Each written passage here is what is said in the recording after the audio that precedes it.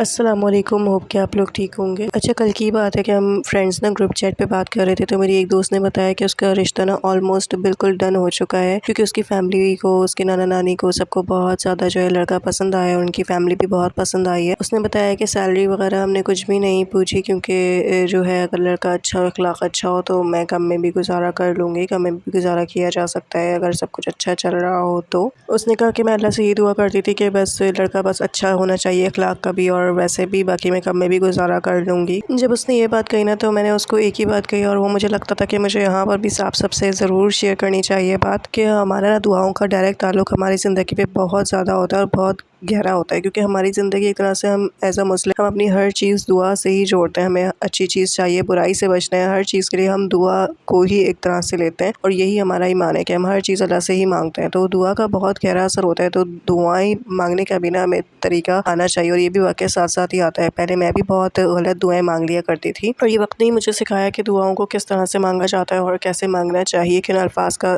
استعمال کرنا چاہیے، کن کا نہیں کرنا چاہیے، کیونکہ کافی ٹائم ہم نے بہت غلط دعا مانگ لیتے ہیں، اور جب وہ پوری ہوتی ہے نا، جس طرح سے وہ پوری ہو رہی ہوتی ہے، وہ ہم نے ایگزیکٹ جو دعا مانگی ہوتی ہے پوری تو اسی طرح ہو رہی ہوتی ہے، لیکن پھر ہمیں سمجھ آتا ہے کہ نہیں یار، ہمیں اس دعا کو اس طرح سے مانگنا چاہیے تھا تاکہ یہ اس طرح پوری ہوتی۔ تو میں نے اس سے یہی کہا کہ تم کیوں یہ دعا مانگتے ہو کہ تم کم میں بھی گزارا کر لو گی، یا کیوں تم یہ چاہتی ہو کہ تم کم میں بھی گزارا کر لو؟ تم یہ دعا مانگو کہ اللہ تعالیٰ تیرے خزانوں میں بہت بہت بہت ہے، تو جتنا دینا چاہے مجھے دے سکتا ہے، تو مجھے اتنا دے کہ میری ہر ضرورت کو بھی تو پورا کر دے، اور اتنا دے کہ میری ہر جائز خواہش بھی اس سے پوری ہو جائے، بلکہ اتنا دے کہ میرے سامنے جب بھی کوئی ہاتھ پھیلائے تو وہ خالی ہاتھ کبھی بھی نہ رہے۔ میرے خزانوں میں بہت ہے، تو بس مجھے